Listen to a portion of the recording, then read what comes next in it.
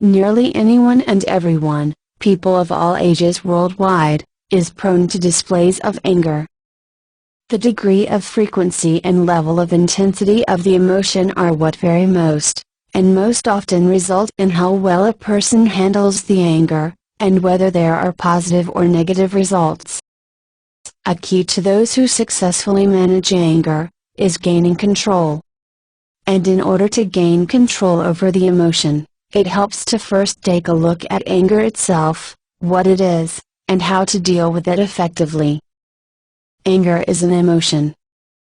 It can be triggered by a variety of things, issues, people, places.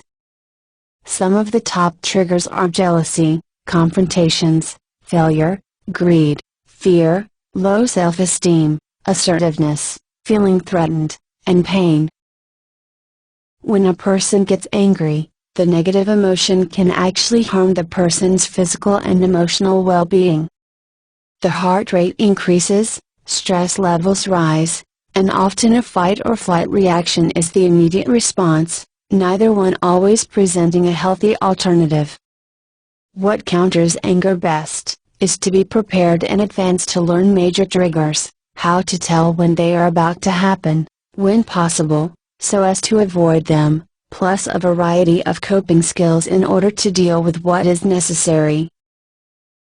To help, keep a private journal to note any anger triggers, ways to possibly avoid confrontations down the road, and possible coping techniques to try.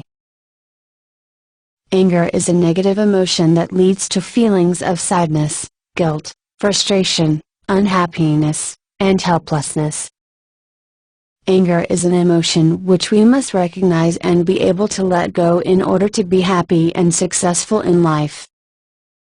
Finding a resolution for the anger is essential in being able to let it go and move on. Finding out what actually upsets you is an important factor in actually narrowing down what it is that is bothering you. The more you practice controlling your anger, the easier it becomes to let it go and move on, and by learning to control your anger you are effectively learning to take control over your life and happiness. Here are a few tips for gaining control over your anger. 1. When you feel anger beginning to build up inside of you, let your whole body droop and relax to the best of your ability, while beginning to breathe from the diaphragm. Breathing in this way helps to calm both the body and mind, which leads to letting go of the anger before it takes a hold. 2. Ask yourself if being angry and working yourself up is going to make any difference to the situation. For example, if someone cuts in front of you, is it really going to change anything if you curse and blow your horn? Is it worth stressing yourself? 3. Visualize a stress-free zone in your mind. This should be a place where you feel totally relaxed and calm, and a place which only you know about, where you can quickly go to when you feel anger beginning to build up inside. It can be a totally imaginary place, or one that you have visited in life where you feel totally relaxed and at ease. 4. When you feel anger beginning to build up due to someone else's actions, think of yourself doing exactly the same thing as they did. Would you be angry with yourself if you were the one doing it? 5. Realize that it's you and you alone that is allowing the anger to build up inside of you. While it may have been caused by someone else, you chose to let it bother you and to get angry. 6. Counting to 10 really can help to diffuse anger. By concentrating on counting, you are forgetting what happened, and are consciously letting anger go. How many times have we said to ourselves, "I hate this, or that, or even, I hate him or her," but where does hate get us? Does it make us feel any better by declaring we hate something or somebody? Hate is a negative feeling, and negative feelings only bring about bad.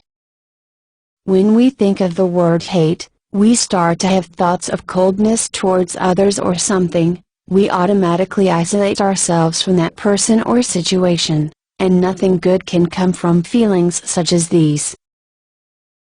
There are many types of hate such as racial, sexual, ethnicity, or just plain disliking a situation, or disliking a situation due to a phobia.